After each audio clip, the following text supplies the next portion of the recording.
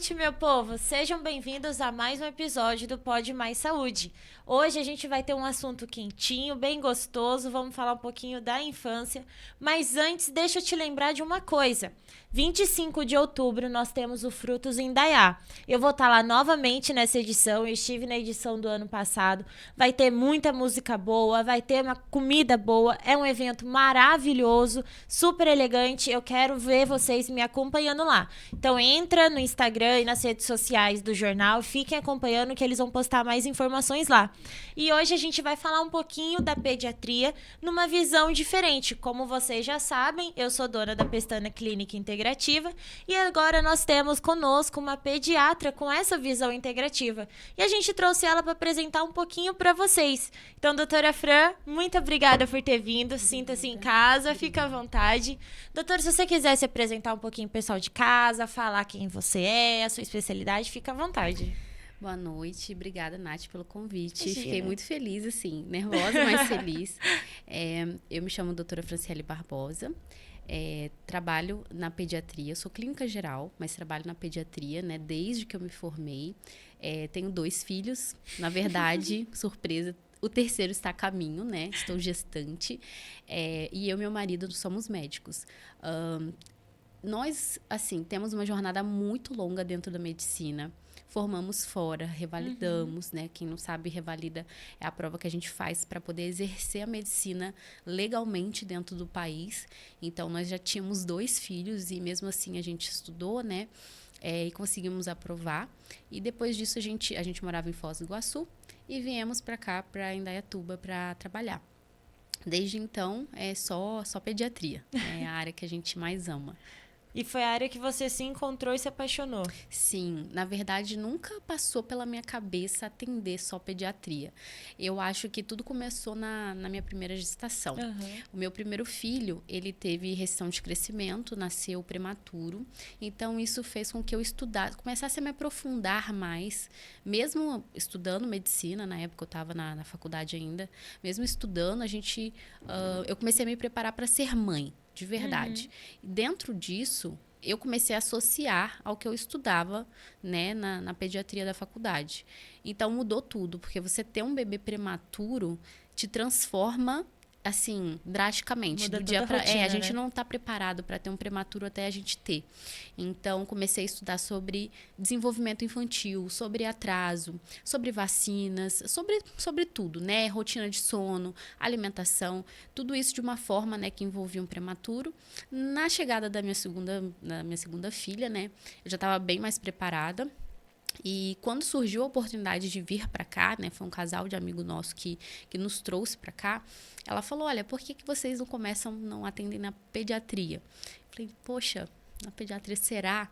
Então, assim, no início bateu um pouco de insegurança, porque afinal de contas, os filhos são as coisas mais preciosas que nós pais temos. Então, quando chega uma criança no pronto atendimento, desesperada, precisando de ajuda, querendo um auxílio, ele quer um profissional que realmente se importe, que vai ouvi-lo, que vai ouvir a queixa, para poder cuidar daquela criança, né? Então, assim, eu me vi muito identificada naquele momento. E eu falei, Felipe, pronto. Felipe é o nome do meu marido. Eu falei, pronto, é aqui, eu amei, eu sinto que é isso. E todas as coisas que a gente passou, internação, ele fez cirurgia quando era bebê, tudo o que a gente passou, eu acho que o Senhor nos preparou para esse momento de agora, de estar atendendo, de estar acompanhando, tirando dúvidas, estudando cada vez mais, sabe? E da onde veio a ideia de unir um convencional com a integrativa? Porque a pediatria, até então, ainda se é ensinado muito no convencional, né? Exatamente. Como que veio isso? Eu acho que foi mesmo através dos meus próprios filhos. Porque eu estava cansada de querer pensar assim, ai, já tem que jogar será que eu vou ter que dar um antibiótico? O que eu vou fazer de tratamento? Ai, teve gases, cólica, simeticona. Então, assim, a gente está o nosso mundo, né, principalmente o brasileiro, ele está preparado para chegar no pediatra e sair de lá com uma cartela de recomendações, uma cartela de remédios para o recém-nascido e falar, olha, para isso tem isso, para isso tem isso, para isso tem isso. Mas todos os medicamentos de farmácia que estão cheios de corantes, estão cheios de conservantes, de açúcares. E aí eu falei, gente, eu não quero dar isso para os meus filhos, eu não quero encher eles de açúcar, eu não quero encher de corante. O intestino deles não está preparado. Então, olha, eu fui pesquisando um médico ali, outro médico ali, fui estudando, né, conversando com outros profissionais, amigos meus, que já estavam dentro dessa linha, e parece, assim, que a minha mente abriu, sabe? Foi um universo totalmente diferente dentro da medicina. E, claro, a gente, quando começa nessa linha, a gente fica meio em dúvida. Por quê? A pediatria integrativa parece charlatanismo, né? Como tudo que fala integrativo. Como tudo que é diferente, né? Se não segue o protocolo brasileiro, então não presta. Só que o que a gente vê no integrativo? Integral. A gente vê a criança como um todo. Então, a gente vê como que foi a gestação dessa mãe, como que foi o parto dela, qual foi a via de parto, o que ela tomou durante essa gestação, como que foi a primeira infância, os primeiros 1.000, 2.000 dias, né, dessa criança, como que ela se alimenta, como ela dorme, qual que é a rotina dela durante o dia, ela tem acesso à tela, quais foram as medicações, se ela tomou muito antibiótico, né, durante aí meses seguidos, porque a gente vê isso na prática do dia a dia, se é uma criança que ela brinca na terra, ela fica só dentro de casa, ela tem amigos na escola. Então, tudo isso, querendo ou não, influencia, sim, o tipo de criança que ela está sendo, o tipo de saúde que ela está tendo, e a gente não pode ignorar. Então, quando a gente fala de pediatria integrativa, é nada mais que isso. E não é só, a gente precisa repor vitaminas. Não, a gente precisa ter um olhar mais profundo do que está acontecendo ao redor daquela criança e o que precisa ser modificado, né, para melhorar as queixas que os pais trazem no consultório. E sentiu muita dificuldade de implementar isso aqui? Olha, um pouco, né? Eu acho que as pessoas ainda não conhecem esse conceito, ou se conhecem, talvez conheçam da maneira errada, da forma errada. Eles entendem que é só comprar um monte de vitamina e dar. Mas aqueles não é isso. olhinhos essenciais, né? Olhinhos essenciais, exatamente, só. Mas é muito mais que isso. E eu acho que só entende quando os pais estão extremamente desesperados e a medicina convencional já não funciona, chega no limite, já não tem uma solução. O que está acontecendo? Que é o que a gente vê no dia a dia. Eu só pego pacientes que vêm até mim porque tem um problema que não foi resolvido por outros médicos da linha convencional. E também tem aquela cultura de levar o filho no pediatra do hospital. Não se tem a cultura do pré-natal, da puericultura e do acompanhamento com o pediatra. Se tem a cultura do meu filho tá com o nariz escorrendo, eu vou levar para o pronto-socorro. Ai, meu filho tá babando muito, eu vou levar para o pronto-socorro. Não leva para o pediatra, né? E as pessoas precisam ver que o médico de hospital, ele tem uma pegada, ele tem um tempo, ele tem um ensino direcionado para aquilo. O médico de consultório, por isso que a consulta dele é 1 hora. Exatamente, é 1 hora, 1h30. As minhas consultas geralmente são assim. Então, por exemplo, hoje em dia eu não atendo apenas crianças. Eu atendo fetos, né? Eu atendo as gestantes desde a concepção, né? Eu tenho uma formação de suplementação materno-infantil e estou concluindo a minha pós de pediatria integrativa. Então, como funciona? Eu não quero só pegar as crianças que já estão com problemas, crianças de 4, 5 anos. Eu quero acompanhar essas mães, né, nas questões de vitaminas, nas questões do bem-estar, o que está acontecendo durante a gestação, porque a gente sabe que tem 1000 desfechos que podem acontecer durante a gestação e às vezes elas não estão preparadas, né, para que isso aconteça. Então, dentro da suplementação profunda do que ela precisa, a gente consegue evitar muita coisa, ter uma criança ali e acompanhar essa criança para ela desenvolver o melhor potencial que ela pode ter. Então, não é só sobre evitar a doença, mas estimular a criança a ter o melhor potencial dela, né? A melhor desenvolvimento, a melhor fala, o máximo da inteligência dela, o máximo do aprendizado, né? Da interação social. Então, é sobre isso, né? Você falou que você também cuida do feto. Como que um pediatra consegue cuidar do feto durante a gestação da mãe? Então, nas minhas consultas, a mãe vem, ela já começou a fazer o pré-natal. Então, o primordial aí é avaliar quais os riscos que ela pode ter. Será que ela tem risco de diabetes gestacional, um risco de pré-eclâmpsia? Ela teve históricos de aborto? Como que foram as outras gestações, né? Então, a gente avalia ali e começa a suplementar de acordo com o histórico dela e de acordo com o que ela precisa. Então, eu avalio não só exames de laboratório, mas o passo a passo de cada exame de imagem, né, de todas as medidas. A medida do crânio do bebê, do abdômen, do comprimento do fêmur, né, que é o que geralmente a gente tem aí durante o pré-natal. E vamos vendo até o final o desfecho do que vai precisar, do que vai retirar. Geralmente é assim. E você tinha falado até do pronto atendimento, desculpa que eu esqueci, mas é geralmente assim. Antigamente, a gente tinha um pediatra de cabeceira, um clínico geral de cabeceira, né? As famílias tinham isso. Hoje em dia, se perdeu um pouco de você ter um médico que conhece o seu histórico, que conhece o histórico familiar, né? De todo mundo que está ali, de todas as crianças. Não temos mais isso, né? Deveria voltar. Né? Eu acho que seria 1000 vezes melhor. Sim. Mas quando a mãe leva, não sou contra, gente, a levar no pronto atendimento. Mães, não me entendam mal. Só que eu acho que tem indicação para você tirar o seu filho da cama de madrugada e levar no pronto-socorro. Não é porque nós não queremos atender, nós estamos lá para isso.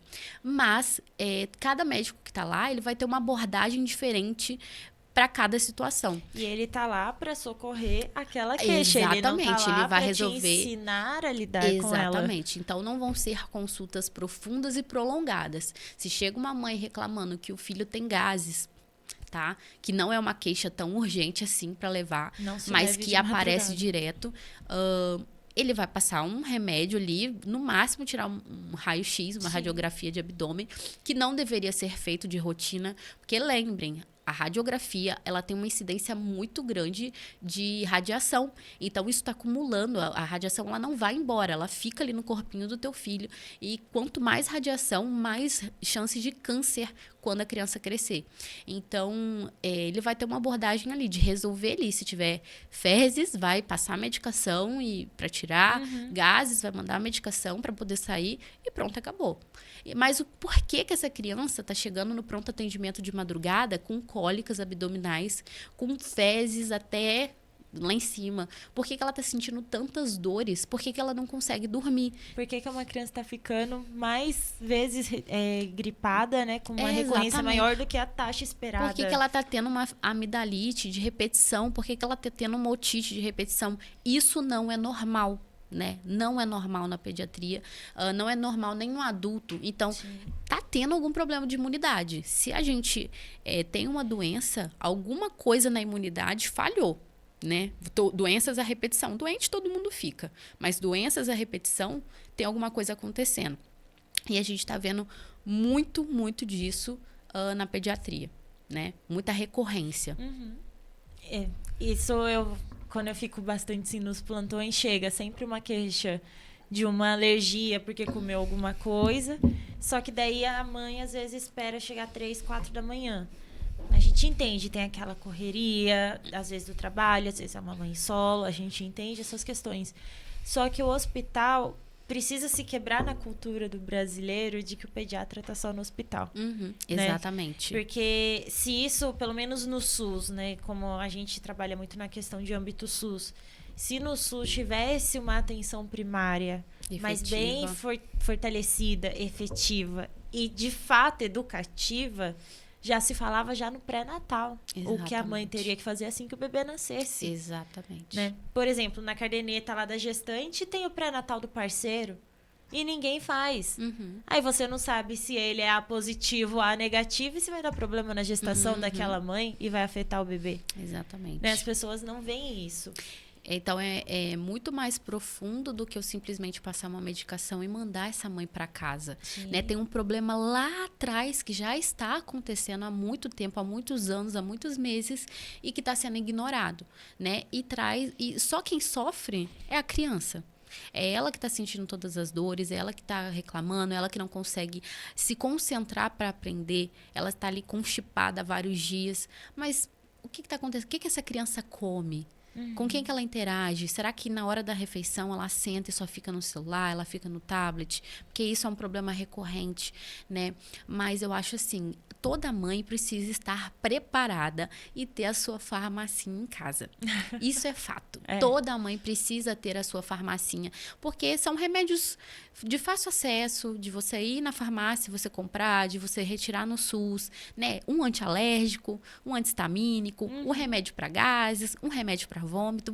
A gente precisa ter isso. Porque a gente vai o quê? Deixar nosso filho sofrer, ficar ali vomitando sem parar e não dar nada, só esperar para levar no pronto atendimento? Não. A gente também precisa fazer a nossa parte. O médico está ali para atender emergências, urgências, coisas que não são medicáveis em casa. Para isso que tem os enfermeiros, os técnicos para aplicar medicação intramuscular, endovenosa. Mas a nossa parte em casa, a gente precisa fazer para evitar de levar ao hospital.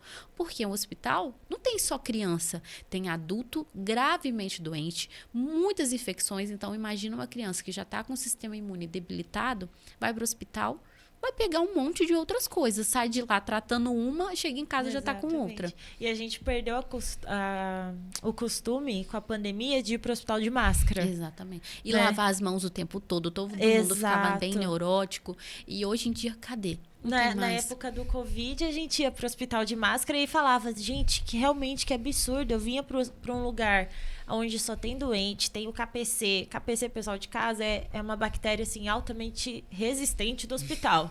A bicha mora lá. É a mais de todas. Nossa, Deus. E você só descobre que o paciente tem KPC, depois você já beijou e abraçou o paciente. É sempre assim. E a gente ia pra esse ambiente sem máscara. Fala até mesmo por mim. Quantas vezes eu tô andando no hospital sem máscara? E a gente ficava falando, a gente perde esse cuidado, né? Mas, assim, hoje em dia eu não atendo mais em pronto atendimento, gente. Por quê? Eu fiquei muito frustrada com o que eu tinha que fazer.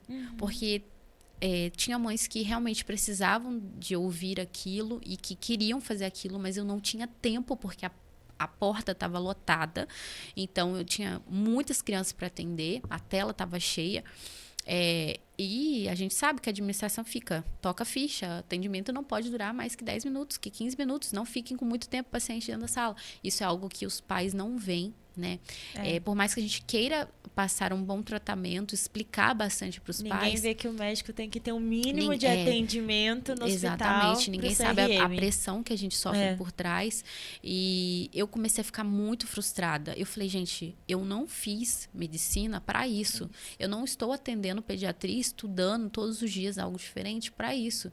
Eu quero sim ajudar, mas eu quero realmente os pais que estão interessados em realmente fazer a diferença na vida dos filhos, que vão realmente modificar aquilo que precisa ser modificado. E eu quero ter tempo. Eu quero sentar e conversar com os pais e falar, olha, essa aqui é a escala de Bristol, a escala que a gente vê as fezes da criança, né? Se está muito constipado, se está diarreico. Então, essa aqui é a escala de Bristol, essa aqui é a escala do xixi. Como que tá? Como que tá funcionando? Me conta como foi tua gestação, o que você tomou, o que você deixou de tomar, com quantos quilos o teu filho nasceu. Então, assim, eu queria isso, sabe? Então, eu falei, Felipe, não quero mais trabalhar, não quero mais ir para pronto atendimento, quero ficar em casa cuidando dos nossos filhos. Ele me deu super força. Claro que ele sempre falava, faz um plantãozinho ou outro para tu não perder a mão. Mas aí eu falei, não quero mais. Mas são perfis, né? O seu esposo é ótimo sendo o médico do hospital. Ele gosta. Ele gosta, ele tem paciência. Tem muita Nossa, paciência. É o perfil, não tem jeito. E assim, quando ele vai, né? Claro, tô em constante oração, porque não é fácil. Chegam crianças graves do nada. Então eu fico, Senhor, meu coração fica na mão, né? Porque a gente não quer que aconteça nada, quer que ele sempre tenha o melhor desempenho dele para atender qualquer criança que chegue. Mas quando surgiu essa oportunidade de eu começar a trabalhar na Pestana, quem foi o meu querido amigo, Dr. Melquiades, que ele trabalha com meu marido. E aí ele falou, e por que você não começa a trabalhar lá na clínica, né? Vou conversar com a Eliane e tal. Então, aí que surgiu essa ideia de eu começar a clinicar. Antes você fazia domiciliar, né? Domiciliar. Comecei a fazer o atendimento domiciliar, principalmente lá dentro do meu condomínio.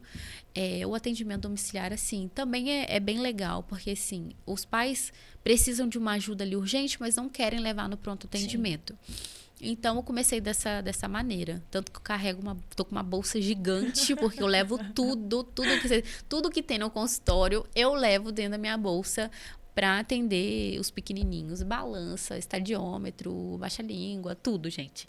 Então, e é mais fácil lidar com a criança no domiciliar ou no consultório? Eu acho que na casa. Na casa a criança fica confortável, ela tem os brinquedos dela. Ela fica menos agitada, ela fica né? menos agitada. As mães já estão exaustas, cansadas.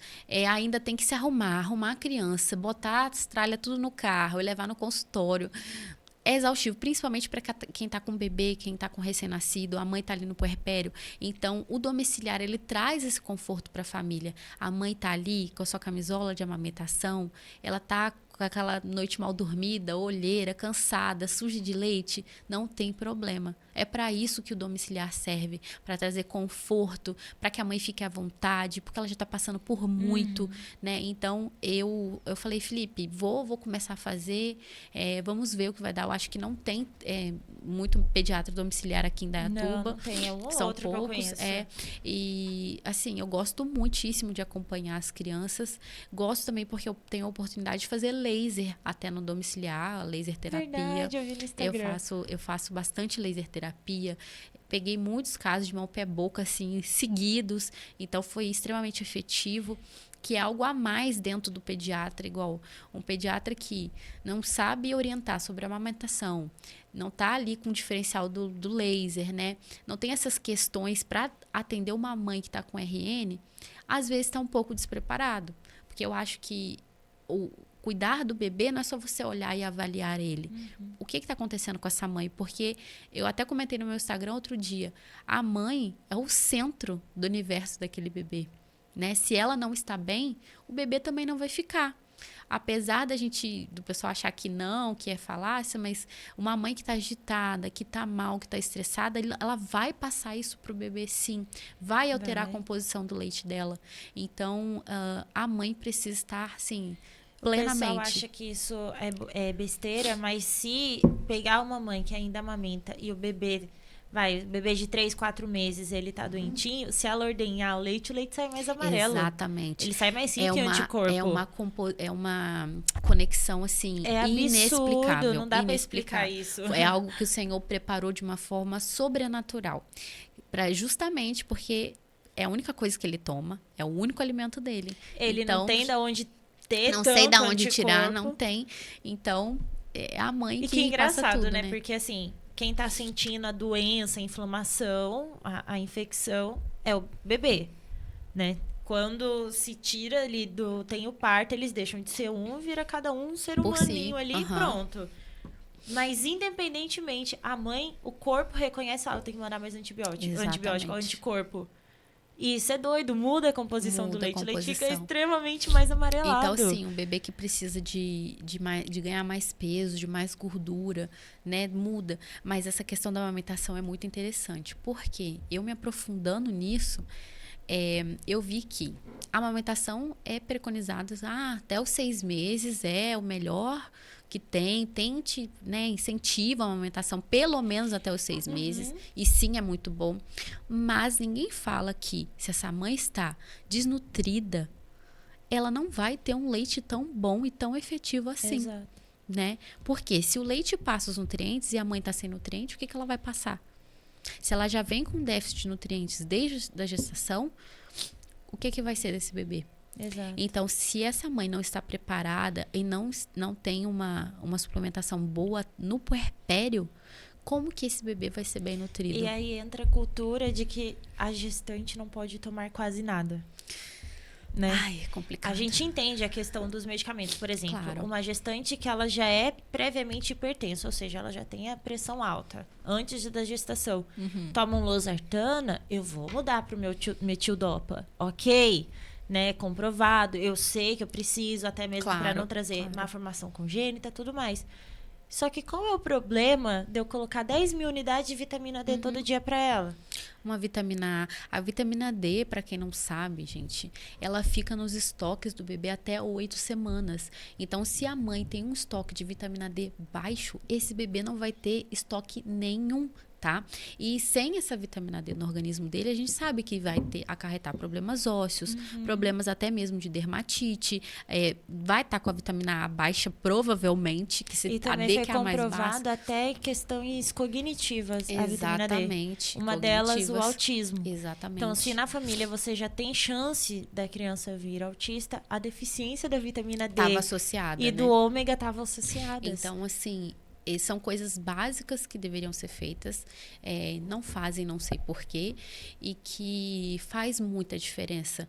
Então, essa criança que a mãe não tomou a vitamina D, não tomou a vitamina A, não tomou um ômega, que nasceu por cesárea agendada, que não amamentou com leite materno, tudo bem, agora tá tudo bem. A criança tá bem, tá saudável, mas vai chegar com 4, 5 anos. Seletividade alimentar, desbiose intestinal, síndrome do intestino irritável, atraso na fala, exatamente. Não vai criar, a gente sabe na primeira infância, nos 2 primeiros anos, a quantidade de conexão neuronal é absurda. É absurda. O cérebro ele tem uma plasticidade muito grande. Vocês imaginam, gente, as mudanças que tem de RN para uma criança de 1 ano. Vocês veem a olho nu. Então, imagina o cérebro crescendo, a quantidade de coisa que está crescendo ali dentro. Então, a gente sim precisa preparar os nossos bebês desde a gestação, né? As nossas crianças desde a gestação. O ideal que seria, né? Um mundo perfeito, maravilhoso. Que toda mãe começasse a se suplementar, cuidar 3 meses antes, pelo menos, né? Dessa gestação foi o que eu fiz. É claro que agora, né, a parte financeira, né, a parte psicológica tá completamente diferente, mas assim, o básico que não pode deixar de ser feito. Um ômega 3, pelo menos 1.000 miligramas, uma vitamina D não só com a D, mas associando a A, E e a K junto. Pelo menos ali o ferrinho, né? A B12, o magnésio e pelo menos isso. Pelo menos isso. Sim. Eu acho que todas as mães deveriam ter, né? Eu associaria algumas coisas, mas o básico... Pra não baterem tanto na gente, né? A gente fala o básico. É verdade. Mas assim, o que as pessoas precisam entender, a gestação, a gente fala que ela não é uma doença, né? E não é realmente, é uma bênção. Mas ela é uma agressão pro corpo da mulher. Tanto que quando ela tá na fase do puerpério, ela ainda tá sangrando por causa da dequitação da placenta, que fica ali um machucado dentro do útero. Então, sim, ela é uma agressão. Você tá fazendo novos órgãos, você tá criando um novo ser humano a partir de algo que já existe. Exatamente. Então, como que você vai mandar ferro para uma criança se você não tá com ferro? Exatamente. Ela vai consumir todos os teus estoques. Na gestação, dobra, triplica o volume sanguíneo, né? O fluxo é muito alto. Sim. Então, assim, uma das minhas mentoras, que eu falo que é uma das minhas mentoras, né? Que eu entrei nesse mundo desde a da primeira gestação, graças a ela eu comecei a estudar sobre isso, foi a doutora Bruna Pitaluga, não sei se você já ouviu falar, mas ela é, assim, a top das tops aí, fenômeno na parte de ginecologia e obstetrícia, e ela fala que a gestação na mulher é o evento mais complexo do ser humano. É o evento mais complexo, porque são muitas coisas acontecendo. Cada dia tem alguma coisa se formando, algo novo se formando. E a mulher que não se prepara, às vezes pode sim sofrer as consequências. Sim. E, infelizmente, assim, nessa era de hoje em dia de formação, a gente precisa se responsabilizar pelos nossos atos. A gente precisa tomar as rédeas da situação e falar, não, eu quero fazer diferente. Eu quero ter um pré-natal diferente, um pré-natal atualizado. Eu não quero ficar cega pelas diversas diretrizes que existem. O que é bom a gente acata e o que não é bom a gente procura melhor ainda. É assim que deveria ser. A gente ter esse poder, né? Os pais terem esse poder de pesquisar, se informar e tomar as melhores decisões junto com um profissional atualizado. É assim que deveria ser, né? Tanto para as gestantes, tanto para os pais que já têm as crianças já nascidas, né? E numa criança, o que você indicaria de suplementação, assim, que seria, vamos por aí, o arroz e feijão para qualquer uma? Arroz e feijão. Vou falar o que eu faço lá em casa, tá?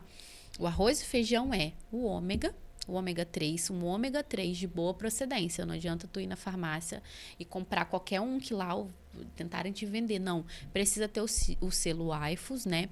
O selo de limpeza, de pureza, que não tenha metais pesados, né? Um ômega puro. Dou vitamina B12, dou a vitamina D, né? A, D, E e K. E dou, mais o que? O ferro. Dou o ferrinho para eles. Quando, por exemplo, tem uma situação de infecção respiratória alta, começou com sintominha ali de resfriado, uma coriza, né, um catarrinho. Claro que a gente faz lavagem nasal, sempre, sempre, sempre, desde que chegaram em casa. É polêmica, mas lá em casa sempre funcionou, sempre deu certo, sempre aliviou. O que os pais precisam entender, a lavagem nasal, gente, não é pra ti. É para a criança ficar aliviada. Ela vai aliviar muito. Imagina a quantidade de secreção que a gente tem acumulada aqui e aqui. Então, a gente precisa fazer. Eu, nas crises da rinite, faço. Gente do céu, é maravilhoso. Alivia Imagina demais. com uma criança. Exatamente. Uma criança que não sabe assoar o nariz. Então, assim, seu filho assoando, você já tem que fazer. Imagina sem assoar. Então, dou esses suplementos, mas quando tem esses casos, o que eu entro? Como eu estou na integrativa, não é que eu sou contra a medicação de farmácia, tá? Mas eu evito o máximo tudo que contenha muito açúcar, muito corante, conservante, enfim, tudo isso que eu já tinha comentado. Então, eu sempre tento ir para o lado de medicamentos homoterápicos ou fitoterápicos, ou seja, de origem natural, né? O mais natural possível. Então, eu já entro com calobinha, né? Que atua já principalmente nos primeiros dias, né? Ou o imunoflan também é conhecido. Oxilocócium, mais o que? O corizália, né? Que são coisas assim. É caro? Mas uma caixa de antibiótico também é caríssimo. E você está estragando o intestino do teu filho. Gente, R$120. Exatamente. Só que aí eles não querem pagar né, tão caro no medicamento fitoterápico, mas querem ficar dando antibiótico de mês em mês. Sendo que assim, sai do hospital sem o antibiótico. E não sai sem o antibiótico. Então, assim, o fitoterápico lá em casa, os meus filhos usam uma vez a cada 3 meses, uma vez a cada 6 meses. É assim, só quando tá bem pesado. Tirando isso, eles têm uma suplementação boa, eles têm uma alimentação. Eu tento fazer o mais limpo possível. Às vezes a gente dá uma escorregada, porque o meu mais velho já tem 4 anos. Então, é difícil, né? Ele já come coisas que adulto come. A pequenininha, ela é intensa, então eu tento dar uma cortada, assim. Ela não experimenta nada de açúcar e tal, e doces, mas o meu mais velho, sim. Então, a gente sabe que isso acaba alterando, sim, o intestino da criança, principalmente se ele está impermeável, se é um intestino que não está bem nutrido, se ele está com algum vazamento, que a gente diz. Então, eu sempre tento optar pelo mais natural. Não tenho medo de pagar nessas medicações, porque eu sei que o benefício é grande e eu tô evitando o antibiótico. Então, isso é a melhor coisa que tem. É você evitar o teu filho de usar um antibiótico, porque vai acarretar muito problema intestinal. Sim. E até o seu esposo não foge dessa, né? Eu tava no plantão com eles, ele chegou lá cheio dos catarros da vida. Ele, não posso tomar antibiótico, ela vai brigar comigo. Eu vou tomar o que as crianças estão tomando. Mas e o pior é que ele, assim, no início, ele ficava meio pé atrás, né? Com essa parte de fitoterapia. Aí eu falei, não, vamos testar em você.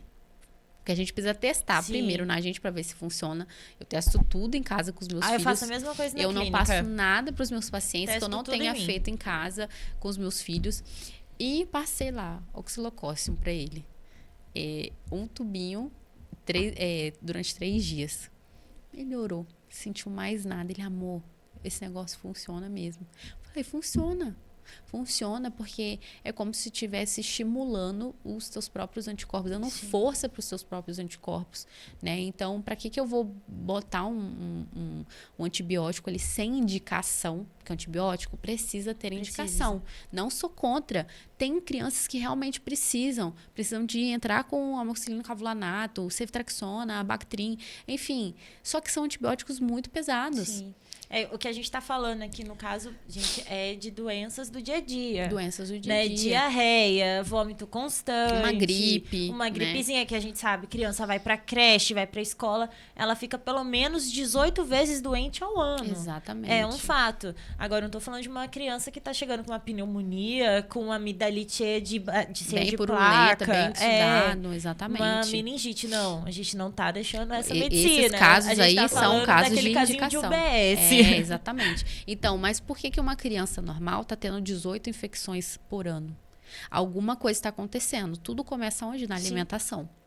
Na alimentação, por quê? Hoje em dia, a maior parte das crianças brasileiras, elas sofrem de um mal chamado fome oculta, que é o quê? Basicamente uma desnutrição que você não vê. Você olha os vídeos das crianças da África, você vê que eles têm o cabelo rarefeito, uma barriga distendida enorme, a pele seca, tem alteração de comportamento, neurodesenvolvimento. Sim. A gente vê a olho nu, mas a fome oculta você não consegue enxergar, porque você precisa de auxílio de exames laboratoriais. E acarreta problemas, sim, só que às vezes, na maioria das vezes, são ignorados, né, pelos médicos mais convencionais. Então, quando eu tive a gestação do Noah, eu tive fome oculta, muito déficit de vitamina. Ferritina lá embaixo, vitamina D lá embaixo. O ideal para uma gestante é 40, eu estava com 6. E nada subia. Eu tomava. Por que não estava subindo? Por que não estava funcionando? A forma de administrar, que foi me passada errada, geralmente em cápsula, não estava associada com outras vitaminas que funcionavam no ciclo ali da vitamina D, para ela poder subir. E é o que acontece às vezes com as crianças, né? Estão tendo um monte de infecção à repetição porque a imunidade não está preparada, não tem os auxiliadores, né, cofatores ali que vão preparar os anticorpos. Por exemplo, a vitamina A, ela é essencial para você ter uma imunidade boa, uma imunidade reparadora.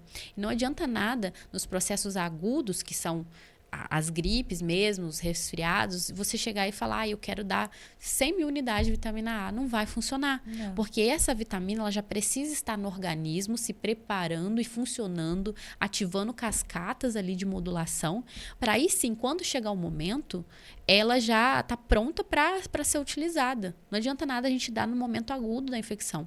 Então, tem pais que chegam no pronto atendimento e falam, queria uma vitamina para o meu filho para abrir o apetite. Mas tu vê, a criança está com um pacote de bolacha. Exato. Está tomando refrigerante.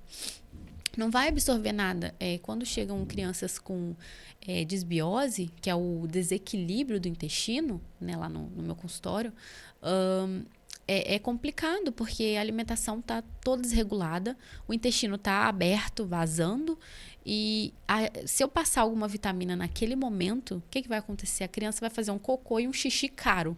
Vão ser um monte de vitamina manipulada, exatamente. Vai tudo embora, vai para as bactérias que estão no intestino, vai para os fungos que estão no intestino. Então, simplesmente vai ser cocô e xixi caro. Ponto. Então, a gente precisa sempre ter uma preparação. Não é simplesmente dar uma medicação para estimular a imunidade ou para abrir o apetite. É uma preparação. E os pais dos meus pacientes, eles entendem porque eu explico isso muito bem. Olha, vai demorar. Vai demorar porque o teu filho tá com diarreia explosiva, tá com uma constipação crônica, usando PEG 4000, dia sim, outro também. Não, dia sim, outro também. Eu falo, vai demorar, porque o teu filho está acostumado a utilizar laxante para ir no banheiro. Porque ele está comendo isso, isso, isso e isso. E o intestino dele não está bom. Então, a gente precisa consertar, tampar os buracos, passar um cimento, né? Para as coisas funcionarem, fazer uma desparasitação, que é algo que eu faço em todos os meus pacientes. Não com remédios de farmácia, porque eles não cobrem tudo, né, todas as formas dos parasitas, mas com tinturas naturais, né, extraídas de árvores, né, de extratos naturais. É um processo longo, que dura 1 ou 2 meses, para depois, aí sim, a gente verificar se precisa entrar com as vitaminas de verdade. Né? Tudo é um processo muito longo. Imagina. E demora, e eu falo para os pais, vocês vão querer fazer isso? Porque para dar certo, você precisa tirar isso da alimentação. Mas se você não tirar, o teu filho vai continuar com isso. Exatamente, tem que mudar o hábito de toda a Mudar casa. de todo mundo. E por isso que é integrativo, porque é todo mundo, é tudo, engloba tudo, né? Não são... cada detalhe importa. Essa Exatamente. é a verdade. E, doutora, para quem quiser te encontrar, acompanhar suas redes sociais, seu trabalho, fique à vontade para deixar aí todos os seus contatos com o pessoal de casa. Gente, o meu Instagram, quer dizer, o nosso Instagram, meu e do Felipe, é o @pediatria2. Vocês vão ver que eu posto mais os stories. Eu não sou muito de feed, deveria, mas não sou. A vida é muito corrida. É casa, empresa, paciente, 3 crianças. Então, é bem corrido. Mas, assim... Até já tenho que pedir umas dicas pra Nath, né? Pra ver se eu bombo o meu Instagram um pouquinho. Só que vocês podem mandar mensagem no privado pra mim. Entrar em contato com as meninas lá da Pestana. Caso vocês queiram marcar consulta, minha agenda tá aberta, atendo poucos dias na semana. Mas vai ser um prazer enorme receber as famílias que querem realmente mudar a vida dos seus filhos, que tem problema que... Não vou falar que eu sou a única que vou resolver, né? Isso não existe, mas eu vou fazer de tudo que está no meu alcance, porque eu me envolvo realmente com as queixas, né, dos meus pacientes. Então, assim, eu sou uma pessoa que você pode contar comigo, pode contar no tratamento, no auxílio de qualquer coisa. Então, acho que se os pais quiserem, né, vão encontrar ali uma pediatra, uma médica que vai auxiliar durante uma longa caminhada. Né? Sem certeza Essas são as minhas únicas redes, tá bom, gente? Gente, então esse foi mais um episódio. Doutora, muito obrigada por ter vindo, Obrigada compartilhado você. um pouquinho do seu conhecimento, da sua experiência. Pessoal de casa já sabe, fica atento nas redes sociais, a gente vai disponibilizar o Instagram da doutora e do esposo dela. Vocês também já sabem o da clínica. Se tiverem dificuldade de entrar em contato com ela, podem mandar uma mensagem lá no da clínica, a gente agenda sem problema nenhum para vocês. E se lembrem, na próxima semana vejo vocês em mais um episódio.